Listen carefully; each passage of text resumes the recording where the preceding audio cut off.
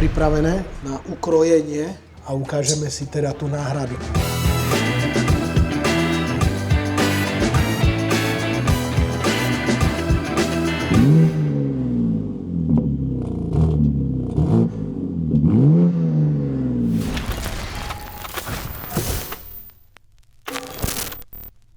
Vítame vás u nového videa.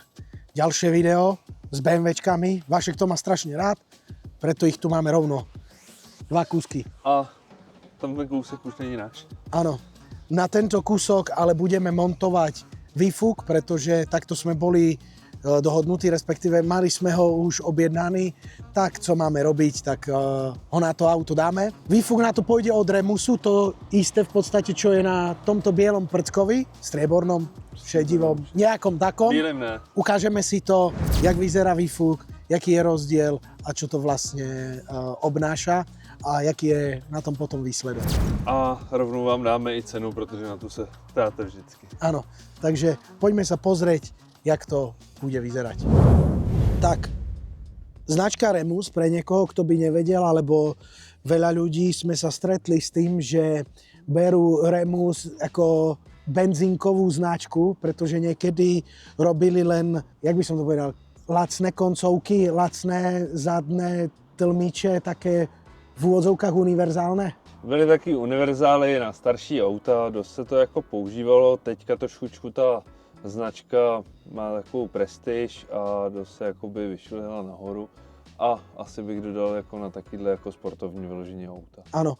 Oni už robia nielen univerzálny tlmič, kde to dáte na auto, musíte si to prispôsobiť, ale robia výfuky tým, že dneska sú tie výfuky komplikovanejšie, viac je tam restriktorov, je tam viac tlmičov, OPF-ka, sú tam katalizátory a aby všetko sedelo, dá sa povedať plug and play, niekedy musíte trošku urezať ako u toho, ale není to nič ako zložité a hlavne vám to tam sedí, tak proste už sa dala na, dá sa povedať, vyššiu úroveň.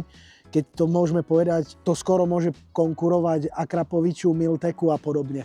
Samozrejme, Akrapovič je ešte na trošku inej úrovni, co sa týka ako spracovania svárov, materiálov, je to trošku vyššie, ale už to neuteka tak ďaleko, jak keď sú tie no-name značky, ale kľudne s Miltekom sa to dá ako porovnať, ono to v podstate aj cenovo je podobné ako Miltek, ale čo sa týka ako Remusu, je tu dobré zastúpenie na ňo. Pokiaľ to objednáte napríklad u nás, tak ak je na konkrétny model, co väčšinou u tých M-kových bavorákov je skladom, tak to vieme mať do 1-2 dní u nás podľa toho, kedy to objednáme a dajú sa voliť v rôzne koncovky, ako som hovoril, buď máte strieborné, čierne, karbonové, je ich viac druhov na výber, samozrejme sa líšia cenou, každý musí uznať, koľko je ochotný do toho investovať, ináč spracovanie je na dobrej úrovni. Myslím si, že značka tým, že funguje od roku 1990, už nejakú históriu má a kto šáhne po tomto výfuku, neurobí ako vyloženie úplne zle.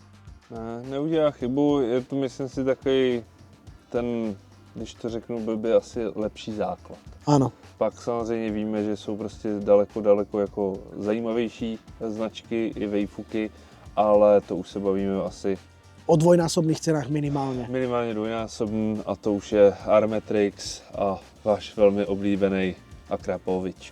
A to sa bavíme potom u výfukov, keď chceme celý 200 000 a víš. Takže takto vyzerá tento výfuk. Posluchnite si zvuk a myslím si, že u gečkových bavorákov je to skoro povinnosť, že? Tenhle ten výfuk by měl být v základu, takže ano. Za mě jako tuto, a to se nebavíme o faceliftu, kdy ten je úplně jako utlmený. Úplně, ale. Takže BMWčko máme pripravené na demontáž, na ukrojenie, jak tohto tu veľkého mastodonta tlmiaceho, tak potom ešte tu malinkatého, to tiež pôjde preč a ukážeme si teda tú náhradu. Ukáž, bo ja nebudem rozprávať radšej. Není to jenom zadní díl a vidíš, co si upozornil, co je tady zajímavého? Že je priamo od vlastne GPF od filtru pevných častíc, čo je tu a tu, tak odtiaľ pôjdu tie krajné trúbky úplne priamo už von bez žiadneho obmedzenia. A keď zavriete tie klapky, tak idete cez tlmič, ktorý je čo? Menší oproti tomuto mastodontovi, ktorý strašne veľmi tlmi, aj keď máte otvorenú tú klapku, veľmi tlmi ten zvuk, tým pádom není tam dosť toho emocionálneho vzruchu. Toto by to napraviť malo, pretože keď klapku otvoríte, tak tady pôjde priamo von. Zvuk. A toto je ešte homologovaná verzia. Takže za mě si myslím, že to bude podstatně lepší. A nebude mať človek strach s tými Rakúsko, Německo. Ne, může to tam oficiálně být, což je za mě úplně skvělý. Jsou tady vlastně ještě zadní části a jak si tam ukázal ten tlumič, tak ten vlastně máme tady. To je na to vyřazení. Ono, popravde, tie trúbky nie sú tak drahé. Ja teraz neviem, doplním tu do popisu, koľko stoja, ale už aj tie podľa mňa urobia dosť. Asi si myslím, že tam můžeš klidně rozepsat, kolik stál celý ten vejfouk. I s těmahle krásnýma koncovkama. Tady se zvolili vlastně černý lesklý, vidíš? Myslím si, že to bude asi dobrý. Bude to ladiť. Bude to ladit, je to černý lesklý. Nedali se tady v tom případě karbonový. Ty tam pro informaci můžeš klidně dát, kolik stojí karbonový a kolik stojí tyhle. A to si povedzme, ako na rovinu. Za mňa mi za 4 koncovky 33 000 korún príde. Si to pamatuješ? Ano. To by se to vrelo do paměti, veď, ta cena. Že za 33 000 korún len za koncovky mi prišlo trošku ako... Ale samozrejme, keď to niekto má celé v karbóne... Jo, jako... Já to chápu, ale mně to třeba taky nedávalo úplně jako smysl tam dávat karbonový. Máme ich na M2, vieme v jakej kvalite boli a čo sme s nimi museli. A stejně se museli přelakovat a nevydrží tak dlouho, takže tady si dali normálně černý lesklý. On stejně, jak je tady ten karbonový difuzor a my je budeme mít sazen stejným způsobem, jako jsou ty originály, tak stejně jak ten karbon tady nebude úplně jako zářit. Asi, dobre. Ja si ale myslím na jednu stranu, teraz ma možno vyhejtujú ľudia, ale proste dajú sa zohnať karbonové koncovky, ktoré sú naozaj tiež ako karbonové za úplne inú cenu a je tu akurát logo R, ktoré sme my stejne museli tam na naše dávať, pretože ten staré sa zloupalo, neviem. A nevydržel ani dlouho, veď? Práve, toto máš štve, že dáš 33 000 a stejne ti nevydrží a potom ho musíš prelakovať. Ne, to je asi spíš je to z naší zkušenosti, že tam prostě nevydrželi, tak jsme to nechtěli dávat sem, protože jsme čekali, že to jako dopadne. Možná, že ne, klidně můžete jako tam napsat, jako jestli máte někdo zkušenosti, jestli se vám to sloupávalo stejně. Ty budeš mít určitě fotku, veď? Tak ty fotku, jak nám dopadly tam koncovky, jestli to stalo někomu dalšímu, no, tak jdem řezat.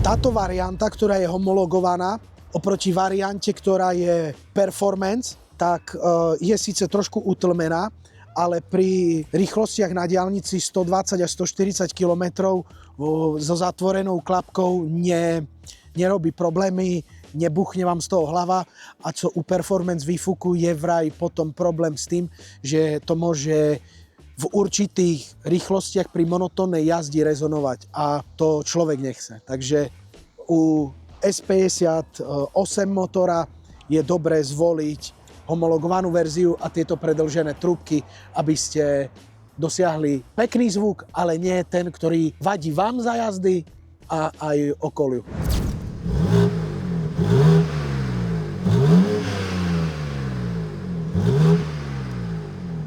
Dobre?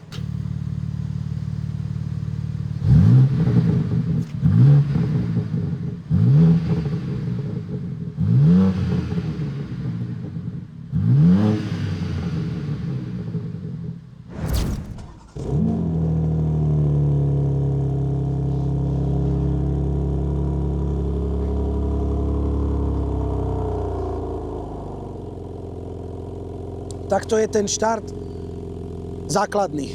Pri otvorenej klapke a Sport Plus režime to začne i strieľať do výfuku pekne.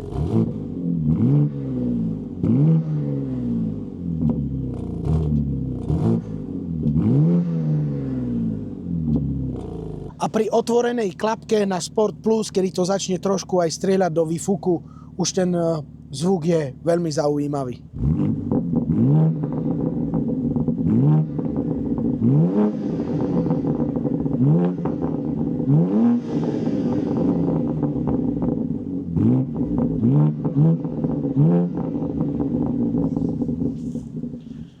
Myslím si, že na kamere to není až tak počuť, ale naživo je to veľmi pekný zvuk. Co povieš ty? Hlavně je to vo velký jako rozdíl. Oproti sérii a je taký hrubý, dunivý, že? Je dunivý. Že není... Je to jako střílení, ono to tam asi nebude slyšet, ale to, jak to jako je opravdu střílí, tak jako to zní moc hezky. A teraz, keď je aj otvorená klapka, stojí a podľa mňa z mikrofónu je počuť zvuk a není to obťažujúce. Fakt nikoho nebudete s tým vyložene otravovať, keď tomu nebudete nakladať, tak je to úplne decentné.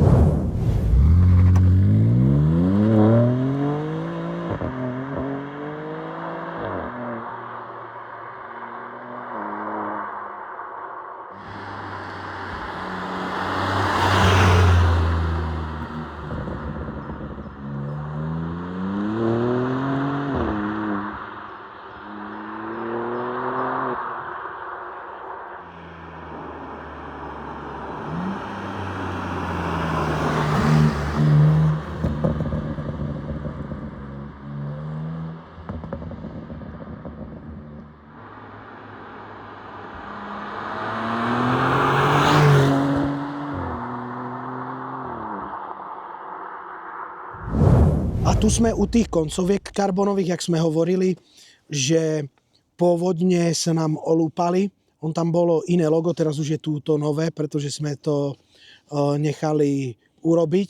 Takže je to už s novým logom, pôvodne tam bolo ešte to staré ich logo. Veľa ľuďom sa to olúpalo, ale je pravda, že na ten povrch tých koncoviek karbonových netrpí len Remus, aby si človek nepovedal, ale už sme to videli u Akrapovič výfukov a proste tým teplom, tým, keď to človek ničím neochráni po montáži, tak sa proste na tom povrchu to odrie, teplom sa to proste poškodí a nevyzerá to pekne. Tým, že my sme nechceli, aby i bolo len tá vrstva karbonová nejaká škareda, tak sa dali rovno aj nové loga a takto to vyzerá. A preto nám, keď to tak máme ako povedať, za tie peniaze prišlo lepšia varianta zobrať tie obyčajné koncovky, než tieto, ktoré potom ako majú problém. Teraz už by sa v tomto prípade to nemalo stať, je to prelakované, alebo potom sme hovorili, že keď si to človek kúpi, tak to dať ešte raz prelakovať a dať na to